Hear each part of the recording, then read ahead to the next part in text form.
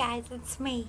I'm doing your document thing because I get all my best ideas in my sleep. So anyway, I don't even know what time it is. I just rolled out of bed. I'm not even gonna lie. I just literally woke up. So I look like poop. I don't care. I'm sitting on the floor. Hi, this is my apartment. Anyway, I had this crazy dream that I was using tarot cards to, it was Halloween time. It's like on the stage, and I had like a table. By the way, I normally have, this is my tarot table, and I normally have this tablecloth on it. But every time I go to bed, my cats knock it off. Because it's supposed to match the back of my fucking chair. I try. I have pets. They don't let me do anything. But this is like the floor version of my studio. Sorry. Whatever. I'm just comfy on the floor. Anyway, I was doing this like weird Halloween show. I was using tarot cards to tell a story. It wasn't a story I wrote or had any like prep work to. I literally just picked decks and drew cards and like did a full spread and then used the spread to tell a scary Halloween story, and people were like loving it. And I was like, that is like something I've never fucking seen before, and I would totally fucking love that because it challenges me as a writer. It challenges me as an improv skills. Like, this is all pop fly, top of your head type of shit. Like, you gotta think in the freaking moment. So, needless to say, I was inspired, and let's see how this goes. I picked a couple decks. Also, I'm starving. I woke up starving, so this idea took a lot of energy or something. So yeah, I'm using the traditional tarot deck, like the first deck I ever had, because I feel like I should, since it's the first time I'm ever doing this. Just to give you an idea of how I'm being inspired, I'm using Seasons of the Witch. I'm using, get these two, Love Oracles. You know, I need some descriptions of people, and I'm also using the archetype for the descriptions as well. We are using Earth Wisdom and the Dream Interpretation, and I think I'm going to use this Magdalene one, and that's it. I'm just going to draw a couple cards from each, stare at them for a minute, and see if a story comes out my mouth. Again, I don't even know if this is going to make it to any of my channels. I am literally dream vlogging my shit right now. This is my process. Let's just fucking do it. I don't know if it's going to be shitty. I don't know. I don't know until you try it. So, this is my life. Wake up 3 o'clock in the morning and just do some rando shit in your bathrobe. Whatever. Alright, let's start with archetypes. I don't feel the need to shuffle since it's not like a reading. I just want to know if I can be inspired by tarot to say a kick-ass Halloween story like my dream. I'm just inspired by my own self. I inspired myself in my sleep. Damn it. What's going on with my bangs? I don't even know. I did re-put my hair up because it was like a fro of like I roll around in my sleep and I have dreams like that. You could definitely tell.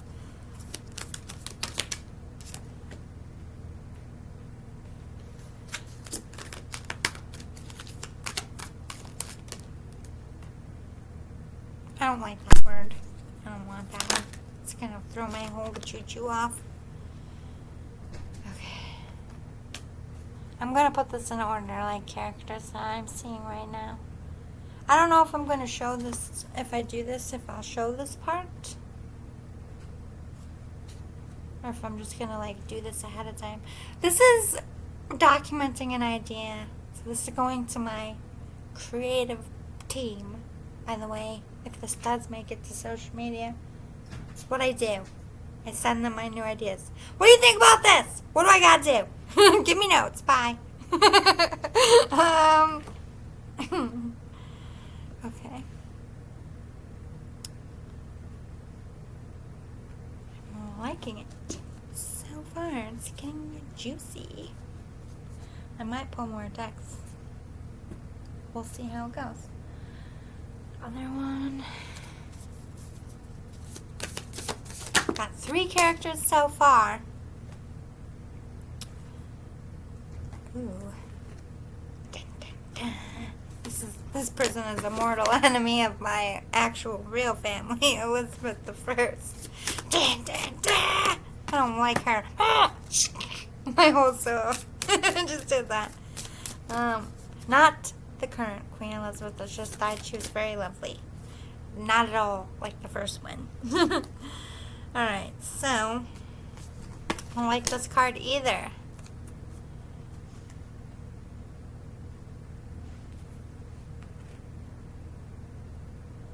I don't feel like this fits either. Oh, okay.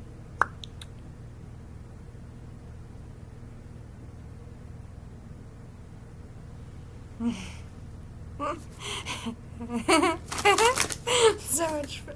I don't know if this is a Halloween story, but I definitely just got a comedy. No, this is Halloween. Stay with the brain. Oh, okay. Yeah, definitely 4 characters stepping on the board.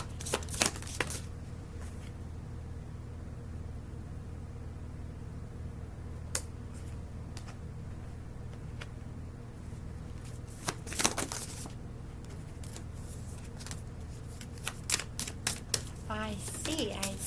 I like it.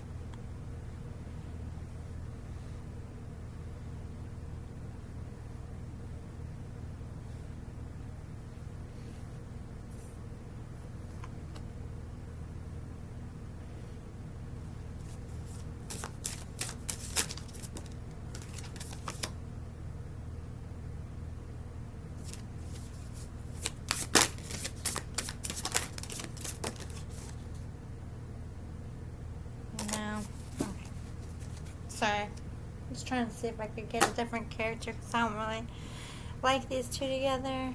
But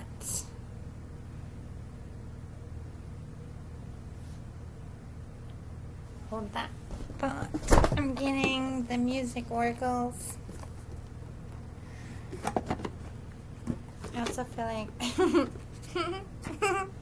since I don't have to work today, fuck it.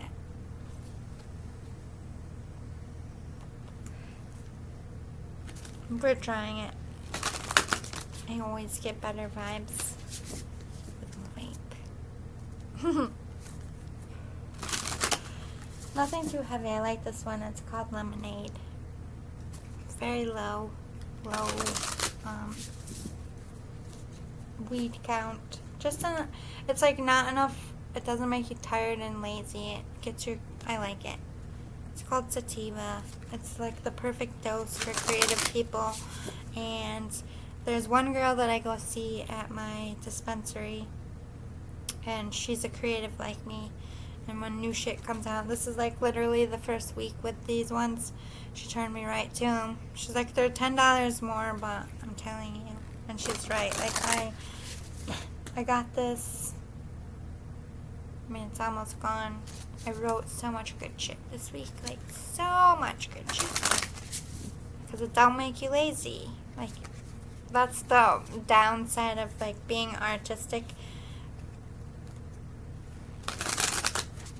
Some people, like, have a glass of wine and write. I just hit my vape. My vape.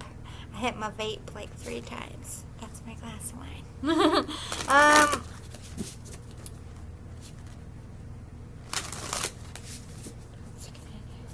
I'm shuffling this. I feel like that was just my brain thinking for a minute.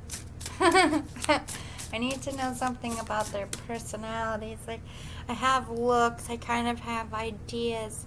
Again, this is like creative process, my thing. We're pop flying this. It's gonna be long, might be boring for you, but I swear the magic happens. And I feel like creative people need to start showing how real shit happens. This is how you get.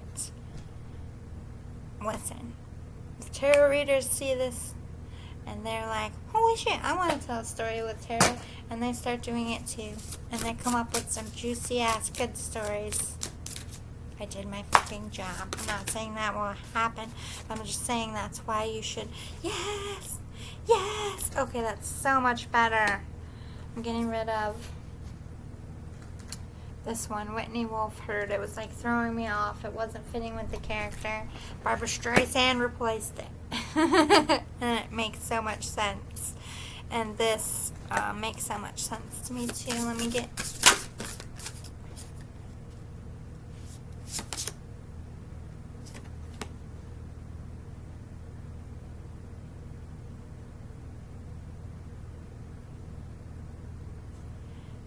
Didn't fit either. Gotcha. I'm replacing Jane Austen with the old deck as well. They each had one out of this old deck, but I replaced with the music ones instead of the love oracles. That's the music oracles. I replaced Jane Austen with John Lennon. It's fitting better. It was meant. So now I need something that's gonna tell me their... I mean, it's like right out. I didn't even plan that. Their job and their character. I'm going to get an animal deck for their character that usually tells me, like, somebody's... I did not organize these when I moved the shelves around. I just, like, plopped them in there because I was trying to get things done. And now I don't know where nothing is. And it's like, get right away! And I'm a Virgo.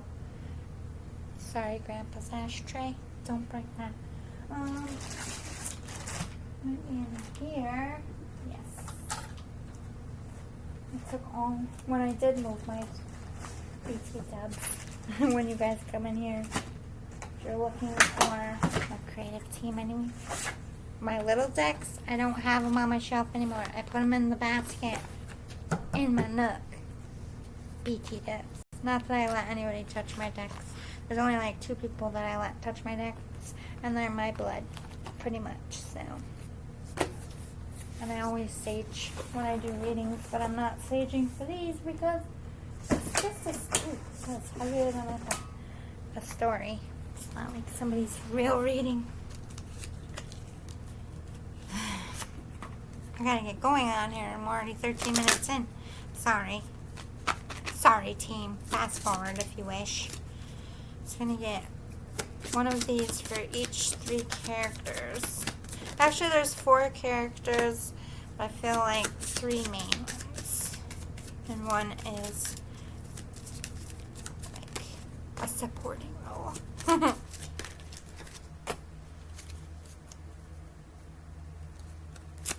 Doesn't give me any jobs, by the way.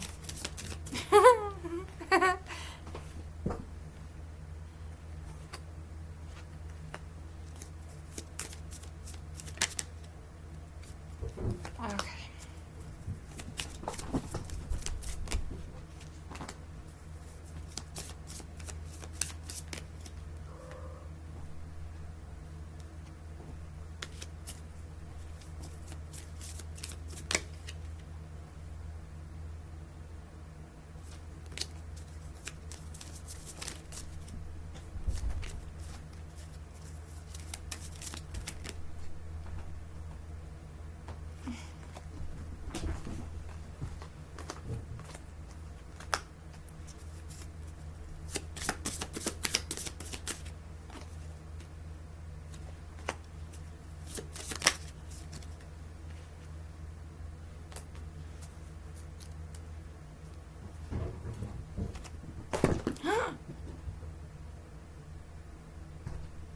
My cat just ran through and smeared my whole thing. Fuckers. Fuckers. I swear to God. They're like, why are you home, first of all, and why are you on the floor where I run? Animal deck. It's like I'm trying to only draw a few cards, but like more keeps coming out, and it's making my story in my head juicier. So we're going with it. I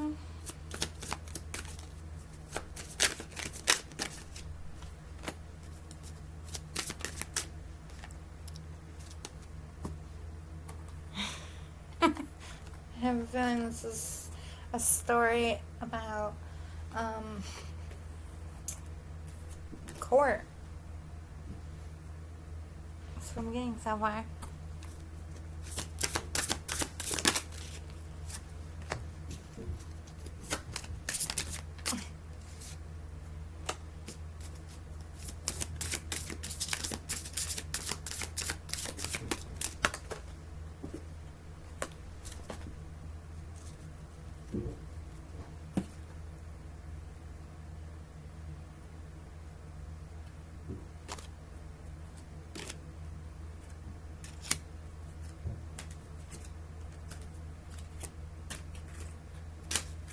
I'm sorry, cards are pulling to me.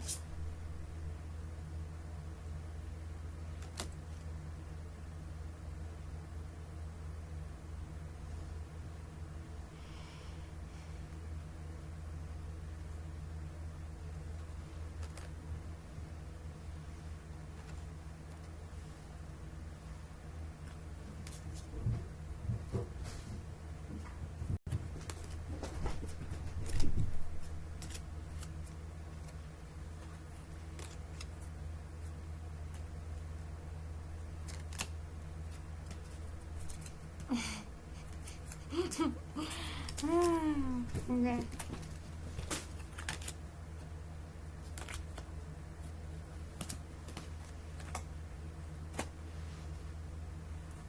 It's gonna begin, I think.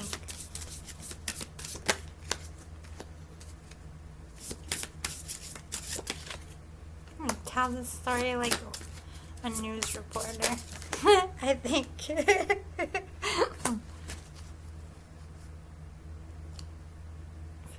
That's where I'm going with this.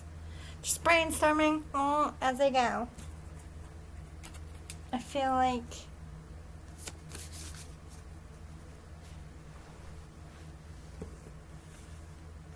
since this is a creative thing and I'm showing you my process, I feel like so we have a transgender couple over here. Definitely popped up, 2 separate decks. There's a transgender in each deck. They both came out. So I feel like that's like a couple of transgenders who are like on some kind of pilgrimage here. Then we have somebody in the middle who's kind of like, we have witch, fortune teller, like John Lennon, eccentric rebel, hippity dippity type of person, and then we have somebody who's like money, very classy, trying to like clean up their image. So I feel like this image is like a doctor, and they have like a practice, and they do like operations about transgender people. I feel like transgender people are suing. So I get these 2 roles, but I don't know why we have this weird witchy person in the middle. Like, I don't know what this witchy, because this is clearly a court case. I feel like this is like some doctor who's trying. Stop it! I'm gonna lose my shit.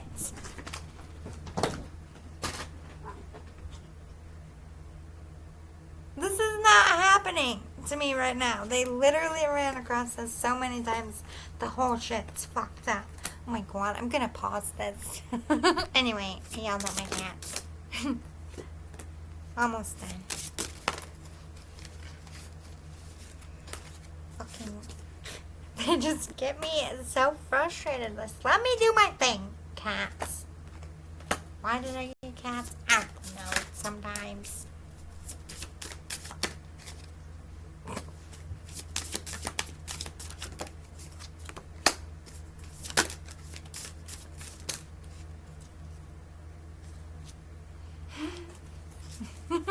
I feel like this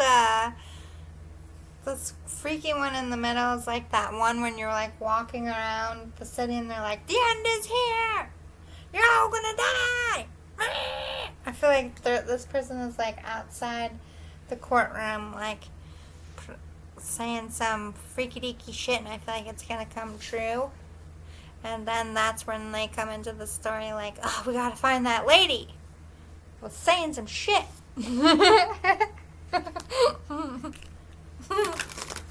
I don't know where this is going. That's what I'm getting.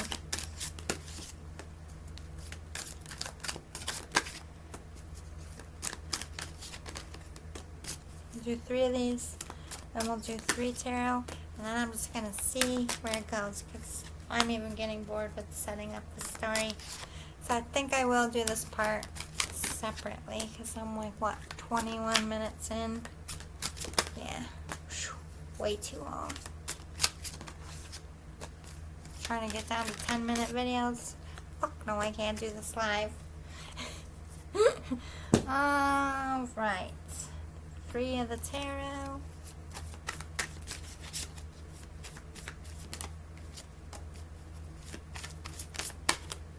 Shit.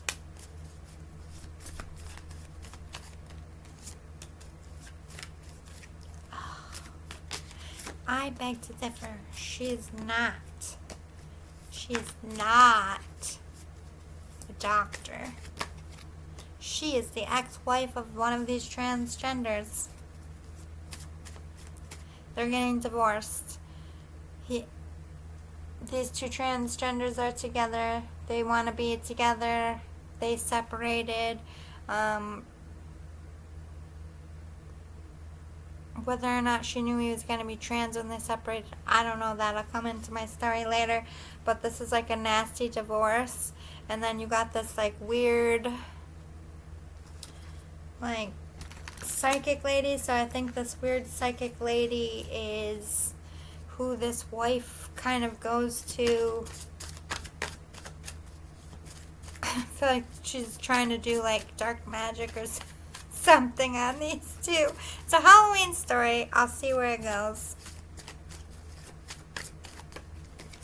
And if I like these, I feel like I'm going to do this all the month of November. Like do it twice a week, 2 stories a week.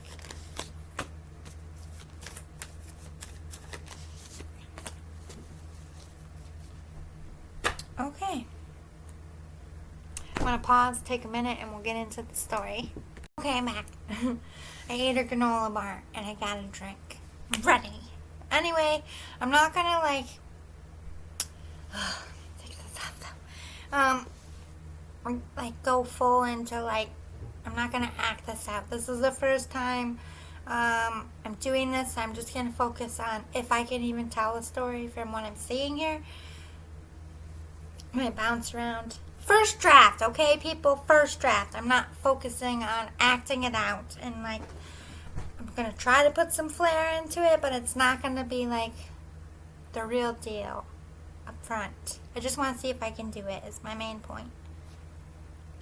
I've changed my perception. I think I got an idea. So, where to start? Again, I'm going to do this all ahead of time. Line up my cards, have the intro. Any way I could save time to keep these brief. This is a story of a family broken by love, obligation, and social stature or standing. What happens to a family that both lives the traditional role and then tests the limits? And what effect does it have on society in general when the whole world is watching. This tale doesn't have a happy ending, but it has a lesson in the danger we play with celebrity and reality. Our story begins, typical love story.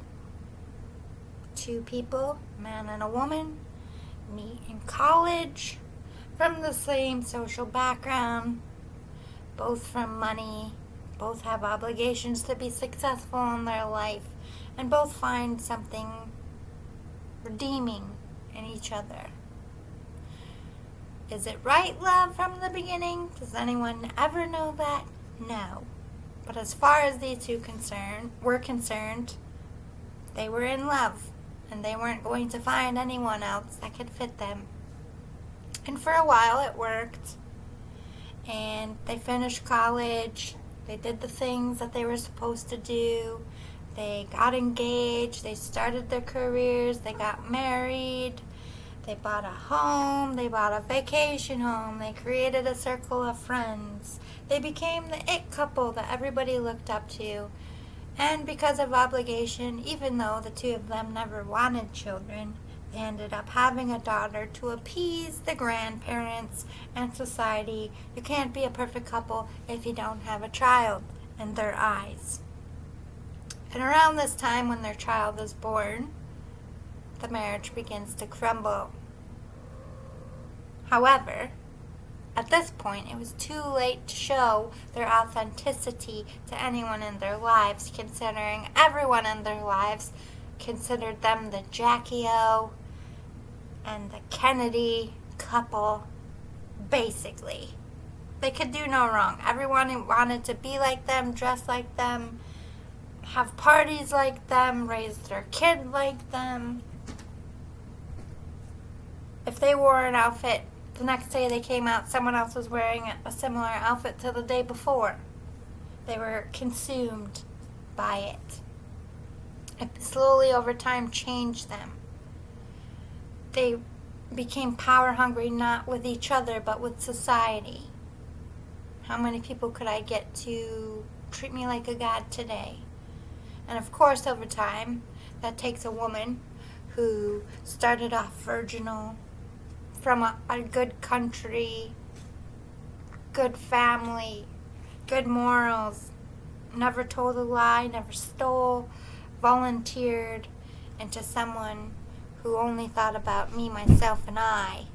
Has to be the best mother, the best wife, the best friend. It makes every story about them. People can't get in a word edgewise. This woman loves to hear herself talk. Barbara, we will call her. Barbara took the traditional role in her family life. She did work until she became a mother, as expected in her area of money. When you became a mother, your focus was then to be a mom, and the male traditional sense would work. So she became the socialite. She became the woman who had time to be in everyone's gossip, who was the president of the PTA. She always was the overachiever, and she never forgot anything. Every detail about everyone in her life, she knew how you liked your coffee. She knew what your style was. She knew what gift to get you. She knew how to butter you up. She knew how to get a vote.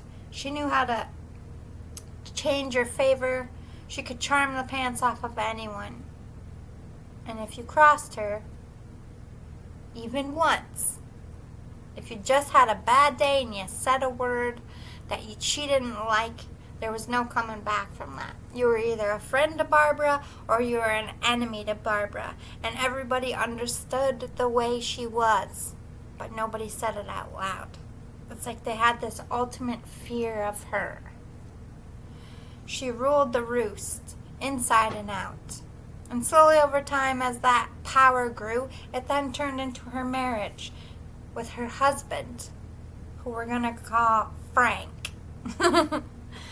Frank genuinely was a passive person.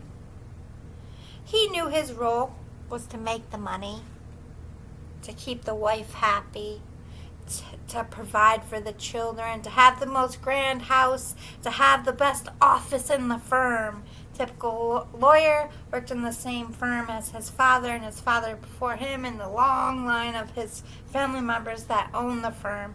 And just like everybody else, he was top brass, pulled in the best clients, won all the cases. Everybody liked him. Oh, Frank, he's the best. Nobody could beat him in court. No one could beat him in a game of golf. Manly, took care of himself, always into fitness. As far as everyone was concerned, he was a happy father, a happy husband, healthy guy. Couldn't get happier than Frank. Couldn't get more successful than Frank. Frank had it going on. Had an infectious laugh. You could hear it across the room, and everybody lit up. They were equal counterparts as far as the society was concerned. You had the socialite that everybody feared but wanted to be, and you had the man that everybody thought was cool. And it must be so zen to be able to put up with a powerhouse woman like that. Everybody wanted to be cool like Jack and a boss like cool like Frank and a boss like Barbara. I don't know where Jack came in. Jack's gonna be the lover. We'll get to that. So here they were, in a loveless marriage. Their daughter's growing up, get into elementary years. They're not even sleeping in the same room. The act begins when they leave the house for the day, but the daughter gets to see all the fake. So here's this child, bringing in our third character, who lives in a world of what the fuck. She goes to school, and she's praised for being the child of such an awesome mother and such a great dad and being such role models for their society. And she wears the best of the best, has all the best labels. She's the captain of the soccer team. Teachers don't want to piss her off because of who her parents are. This girl should be walking on water. And yet, slowly over time, she starts thickening the dark eyeshadow and starts getting angry about the hypocrisy of it all, about how everybody sees her family, but when the doors close, her parents hate each other. They war. It's a power struggle. Who can get more townspeople to like the other one? Who can spend more money? Who can tell the better joke? Who can steal the... It's like the two performers always competing to be the lead role all the time. And for it, she slips deep into a depression and turns to resent society and becomes a total emo. And her life mission is to show the world what frauds her parents are and what fraud society is. She's a truth teller, and she's going to scream how fake the world is. She grew up in a fake bubble. She's not going to be fake. We got a willpower. She's a witch. She's into Wicca. She does spells in her room because she knows it pisses her parents off. Because she knows everybody in society is uncomfortable with witchcraft, and not because she actually believes in it. Everything about this girl is to piss off society. That's how she exists. She doesn't have real friends. She's not very well liked, but she's invited and she's accepted into things because of who her parents are. So not only is she angry and bitter, but people have to put up with her. So then she gets an aura of power about herself, even though she's fighting to not be like her parents. So there you have it. The inner workings behind this great Halloween tale gone tragic. But I'm getting a little ahead of myself. I told you about how society saw them. But at the beginning of this Halloween tale, when it all went back, the crumble and the society seeing the truth had already happened. This is the meat of the story. And this is where we begin to question whether we as a society are responsible for the crazy we create. Barbara, the girl that first came into this society as a newlywed, had very different views about how her life would end up as Barbara, who suddenly, out of nowhere, on a typical Wednesday day in the middle of her PTA meeting, was served court papers by her loving husband Frank. And it was news to her that Frank wanted a divorce. Finally, he had had enough of their war games and playing the role, and he was ready to fly open that door of the house and let the truth fly out, and he didn't want to play a part anymore. I'm telling you, just as suddenly as it happened in real life, because there we all were, walking around in town, thinking that Frank and Barbara are the perfect couple, and then all of a sudden, a ripple of gossip ripped through the school, so that the daughter, Lydia, hears the truth. My mother was served divorce papers by my father today, which kicks off a revolution in Lydia. This was the perfect time to expose my parents. So, with the gossip mill going, and you have Barbara, who's the socialite, who's going to now try to save face. And this is the beginning of the train wreck that we all love, and we all get ready for, and we cook our popcorn, and we turn on the news, and we press our faces to the TV. Because everybody was in it the minute they heard those papers were served, including Lydia. So inside the House of Lies, and the town in shock, under one roof, you have Frank in his office, Barbara in her room, and Lydia in her room with the TV pressed, listening to the gossip. And the father about why Frank would be divorcing such a woman like Barbara. Was she cheating? Was he cheating? Does he have a lover? What's going to happen to Lydia? Poor Lydia. Who is she going to live with, mother or father? Who's going to get the house? What is Barbara going to do for money? Just a tornado effect, and this goes on for a few days, and all of them decide to play the typical role when something comes out that they don't want about them, to just stay quiet and hope that it fizzles out. Barbara continues to go to the PTA meetings and continues to keep up the house and host her events. Frank continues to go to the office, but he does move out and he's staying at the hotel, which also kicks up the gossip mill. Not only did he file for divorce, but he's staying at the town hotel that everyone would see him going in and out of. He clearly wants everybody to know that he is done with Barbara. This further incites people wanting to know why a father, a lawman, somebody who's so devout and seemingly obsessed with their family would just walk away. And then it gets weirder. Slowly, Frank's decisions start not to make sense. He goes to his father, and he decides to step down. He doesn't want to be an attorney anymore. He's going to try his hand at being a pro golfer, which he is actually pretty good at. So his father thinking, oh, he must be having a midlife crisis about his marriage, says, why don't you take a leave of absence, and we'll hold that retirement, and you go try this golf thing for a few weeks, get it out of your system. Frank says, fine, I'll go try the golf thing. Turns out Frank's actually pretty good. He gets a sponsor, he wins the few tournaments, and his father says, all right, let's give it a go with this golf thing. Divorce is still going. So you have Frank shocking the town with these divorce papers.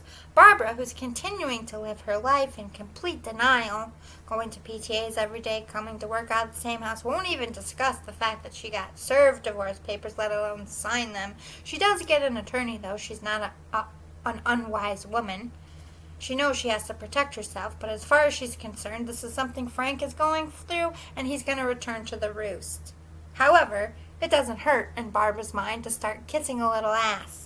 So she starts trying to seduce Frank again, cooking him treats, showing up at the hotel, letting people see that she's trying, getting the pity vote. Oh, look at Barbara. She loves her husband. She's fighting for this connection. Oh, Jackie's being insensitive. He's being cold. He's going through something. Again, every night, the three of them press to the TV like the rest of the town as the gossip mill goes, and the level of crazy goes up even more. Now that Frank is a professional golfer, he's making his own money. He's not connected to his family in any way. He starts buying women's clothes, wigs, in secret. However, since he's somewhat of a celebrity and in the news, it starts leaking that he's buying feminine items. So it's leaked in the news that he perhaps has a lover. This triggers Barbara. Nobody tops Barbara in Barbara's mind. There cannot be another woman in Barbara's mind. However, Lydia is loving this whole thing.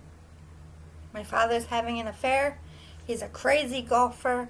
She is having a field day painting her father as the worst husband of the year, helping her mother.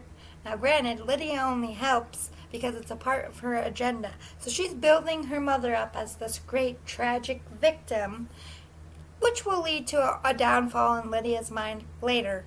However, she's starting with Daddy Dearest, and she's going to start with his character because she knows Frank cares about his public's opinion. He likes to be well liked. Like her mother is lapping up being a victim and collecting it and absorbing it and becoming this huge narcissistic, victimized, making an embarrassment almost of herself, which Lydia is also enjoying.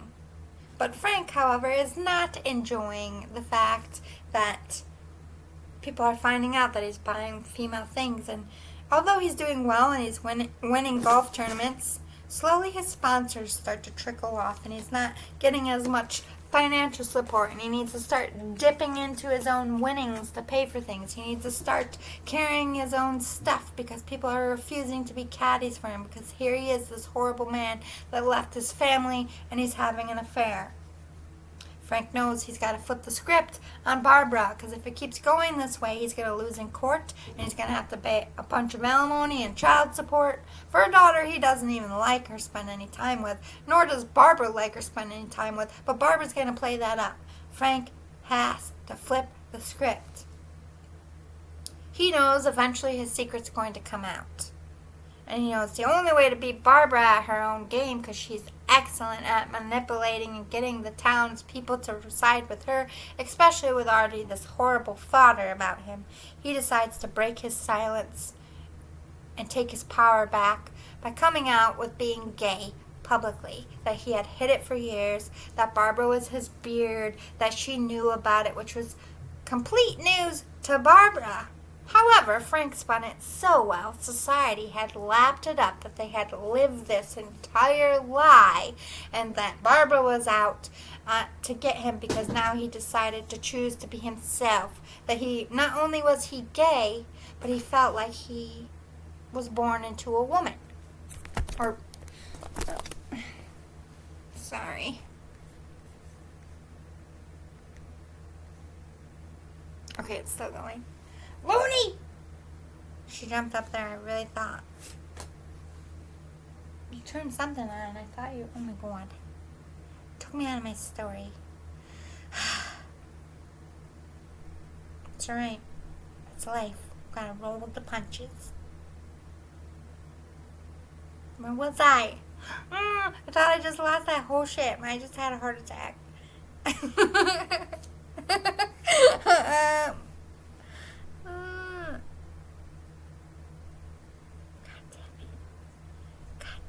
These cats. Guys are dicks.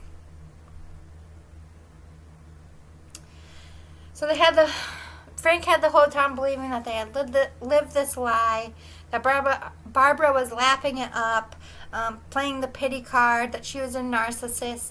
So Frank was finally getting back the attention that Barbara had been lapping up for weeks. And in comes Lydia in the middle, still finding this hilarious because poor Lydia is the fodder, the pole. She starts to go a little zero dark 30 at this point. The power of, although Lydia always had attention and she always had respect from people, she never had their support like she did during this time when Frank was coming out and expressing that he wants to be a woman. And the town, for the most part, did rally behind him. This is a changing evolution of time, which is good progress for people. Everybody supported Frank, that he felt the need, it was time for him to be his authentic self. Of course, there's always, the haters, the people that can't progress, that here he is, a pro golfer and this manly man, and he was a liar, and I don't know this person, and homophobic nonsense. You're always going to have that in the upper class. Frank was prepared for that. He did lose a lot of friends, but he did earn a lot more friends, new friends in his new gay and transgender community, which in comes Jack, his lover, who has already had the procedure done, is already a transgender woman. So this is going to be a relationship unlike other relationships in the transgender community, which then throws another curveball at the community, because they have Frank saying, okay, I'm gay, and not only am I gay, I'm going to become a woman, and they're expecting Frank to be with a man. Well, in comes Frank with another man who's also a woman now, and who is helping Frank through the process, and through it they fall in love. And this is a genuine love. Frank is being authentic. There's nothing fake about this, which royally pisses Lydia off. And this is where she decides to take it from being a vindictive child to more of a deadly assassin approach. It became less of a fall from grace for her parents and more of a getting rid of them. She wanted it now to be the Lydia show. She wanted her parents out of the picture. She wanted all the attention and love and support on her. She wanted them out of the way so that Lydia could step up and do what Lydia wanted to do. Lydia slowly through this process stepped away from the dark makeup and the emo and saw the merit of what her mother, Barbara, had done. How she dressed and how people liked how she dressed, and then others. She became the same vicious cycle as her parents, unbeknownst to her. Only this is the spawn of two very twisted and dark minds. In the end would be their own downfall. But again, I'm getting ahead of myself. So we have Frank and Jack now deciding that they're going to make a stand in the town. The divorce is being pushed by the attorneys, who Barbara is still refusing to sign, but the court date is set, and everybody needs to arrive. So the community is gearing up for that. Typical press waiting outside the courthouse. Barbara shows up dressed to the nines with her impressive lawyer. Frank and Jack show up in their impressive fancy dresses, and they make their first public appearance as both two transgender women, which then steals the show, which pisses Barbara off. Meanwhile, you have Lydia in the background, seemingly shocked. I don't know how to take my father. He never came to me and told me that he wanted to be a woman. I am shocked he's not my father anymore. My mother, she's not giving me... I'm lapping it up.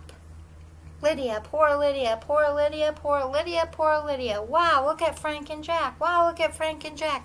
Nothing about Barbara. This is Barbara's breaking point. This is the point where Barbara realized she's in dire trouble.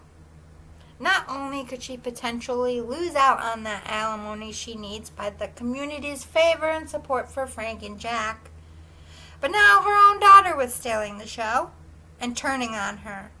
Lydia had decided that her home was so toxic that she was going to live in the hotel where her father had been. And now Frank and Jack were moving into a better,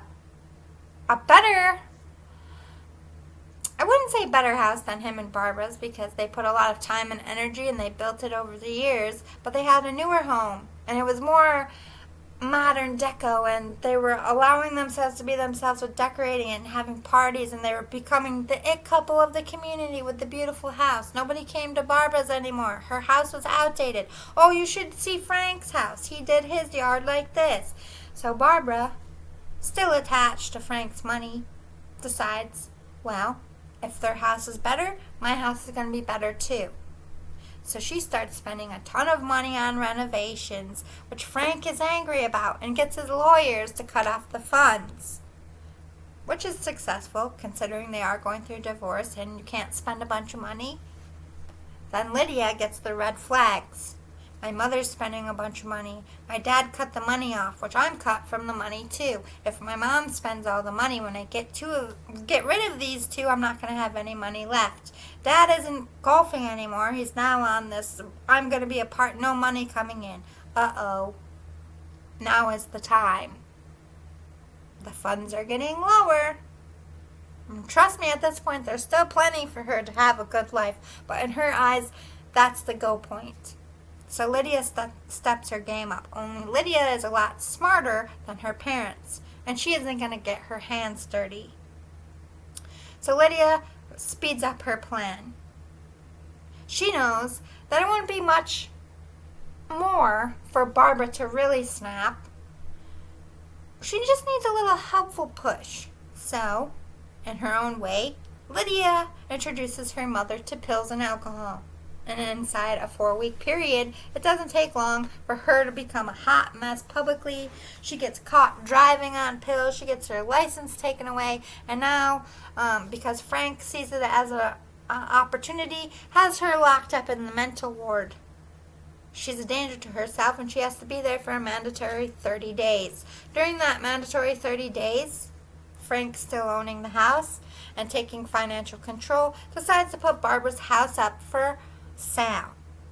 It's a growing community. Things move fast like this, and it's competitive. Frank makes a big turnaround on it.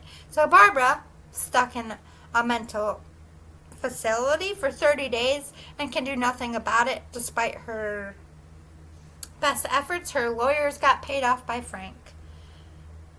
She loses her house.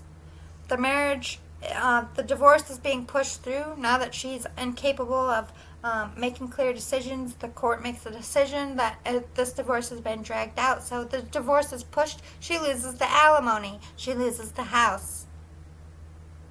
Frank pays the attorneys and the counselors to say that she's legitimately crazy and gets a 2-year mandatory hold for his ex-wife in the same mental facility. Bad news for Barbara, she's not going to see the light of day for 2 years. And you would think that's where Barbara leaves the story, but it's not. We're going to sit on it for now. Back to Frank. He got the divorce. He's back golfing. You know, he needs to keep his lover happy in his lifestyle, but he's realizing that golf, you know, it just isn't his thing. But now he's stuck with Lydia. And Lydia and Jack don't get along.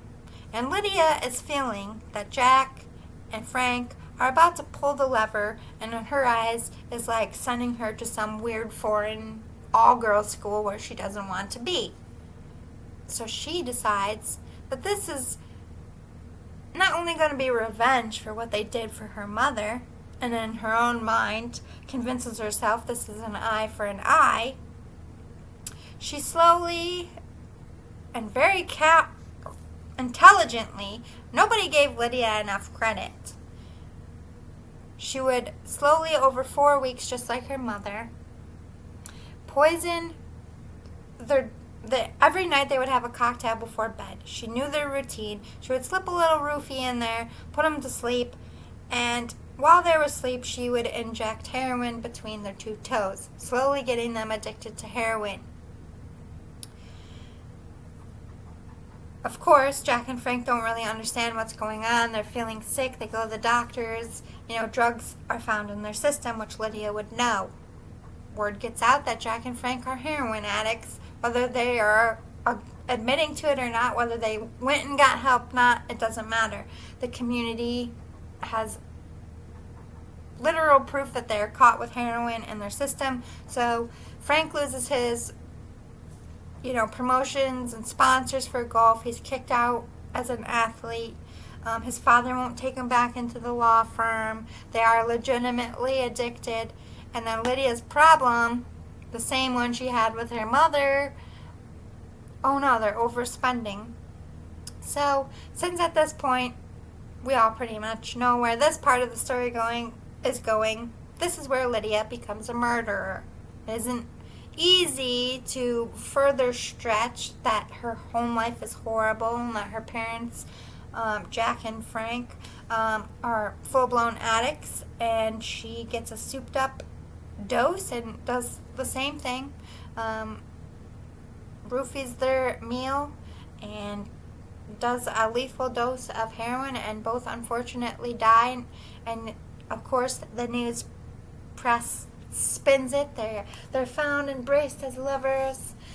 They had it all, and drugs took them down, and it became this horrible, tragic story. And then Barbara's in the mental institution, and at this point, this bitch is off her rocker legit, because they are feeding her pills, doesn't know what is going on, and at this point, nobody thinks she's ever going to get out of there, including Lydia. So, this is Lydia's dream. Her father's dead. She inherits all the money. Her mother has no control over it. She gets her father's house, which she then sells for a pretty penny. She doesn't want to leave town because, like I said, she wants to be like her parents. She has that presence with the people.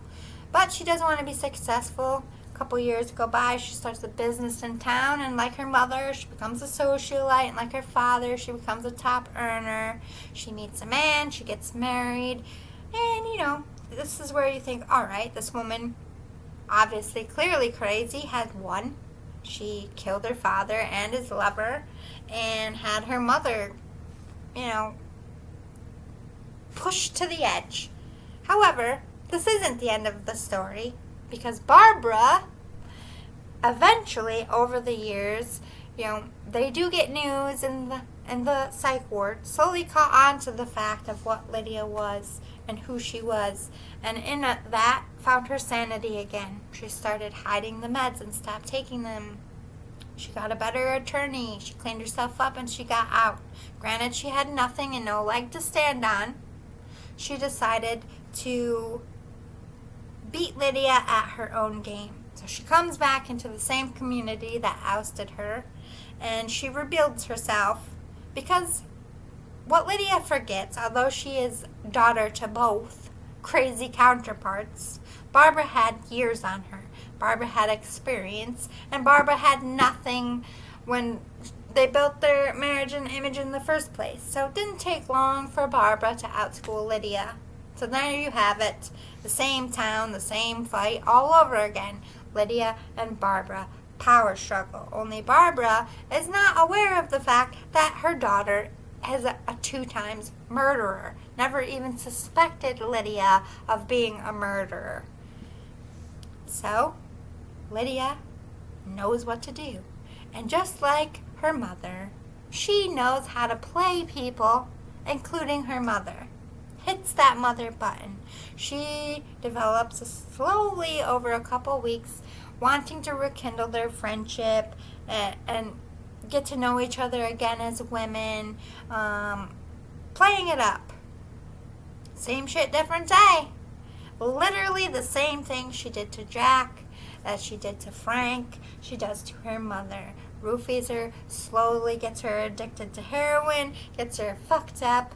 In society, they put her back in the loony bin. Only, surprisingly, somehow, the first night into the loony bin, the first full day in the loony bin, she's found with an overdose, just like Frank and Jack.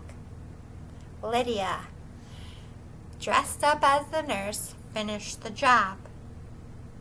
However, again, not the end of the story. You would think, all right, truly, this is where this bitch truly wins. She killed all of her parents. She's a full-blown psychopath. She's probably going to start killing people in the town next. And you're probably not wrong, if that's how it was going to go, but it's not.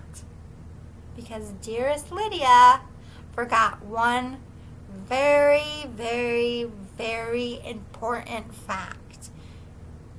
When she took out Frank, her dad, and his lover, Jack, she was so caught up into all of her scheming in her life, she never really looked into Jack or much about his life. And if she had, she would have realized that Jack also had a daughter that also went to the same high school as Lydia, who also worked at the same mental facility as Barbara after school for almost the entirety of her high school working years. So she had a relationship with Barbara while watching Lydia and her father's murder. She put it all together. And while the town was watching Lydia, and while Lydia was gunning for Barbara, who this daughter of Jack knew if Barbara ever put it together, basically, although she loved Barbara, she knew Barbara had to go. So she allowed Lydia to play out that hand. And Lydia went home confident, and she played it up, and she went through the funeral, and she got the town all sad. And in comes Jack's daughter, Jackie. Same last name. Pretty much looks like her father. But Lydia is so egotistical and so caught up in her own world, doesn't even put two and two together. Slowly over time, Jackie and Lydia become best friends. And they build this ginormous empire, and the money starts rolling in. They basically take over the town in 2 years. It's like the fastest anybody had ever seen. They were on top. They had more money than anyone could ever have imagined. Lydia met another man. She had divorced the first husband, wasn't happy, but this one she was actually in love with, and you can tell, and people had noticed. There's a change in Lydia. There's a gossip. On the eve of their first anniversary, when it was supposed to be a whole spiel about, because Lydia became all about showing her love, because she had all the success and money. Now it was about flashing her relationship in her home, just like her parents. Everything had to be perfect. On the eve of the great reveal of it all, of her new man, her new life, Lydia was found hanging in her room with a note, which experts did link back to her handwriting, confessing that she had killed Jack and Frank and Barbara, that she had slowly drugged them over time and made them become heroin addicts in her scheme to take over their kingdom, and that she was leaving it all to Jackie, and that she couldn't look at her knowing that she had killed her father, and that all she had done, and that she just hoped that God would forgive her. And because nobody really knew who Jackie was, despite Frank being a famous person, Jack had already established himself as a woman, and his life as a man in his previous marriage had been covered. It wasn't until after Lydia's death and all the money was signed over, and there really wasn't much anyone could do about it, that people started to discover who Jackie was. And by then, Jackie was gone. In fact, Jackie was never heard of again. Nobody ever knows whatever happened to Jackie. But what we do know is Jackie sat back and allowed Lydia to play a game, because Jackie always resented Jack for leaving her and her mother. So taking Jack out, although she loved her father and she wasn't a psychopath, it was kind of like two birds with one stone. And she knew that if she took Lydia out, she would then get Jack and Frank's money, which was just more of a perk. And not only was Jackie never heard or seen again, neither was her mother. So is Jackie dead? No, I don't think so. I think Jackie knew that people would figure out what happened, and she got out of Dodge with all of the money, and she won in the end. Karma's a bitch, folks. Are we responsible for the crazy we create by making these people so addicted to pleasing us? And then becoming so enthralled in their stories and their collapses? Are we the ones that create Lydia? Are we the ones that create Frank?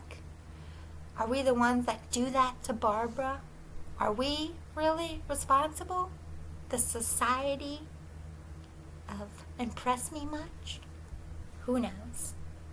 Maybe Jackie does. If anyone ever sees her, maybe you can get the scoop.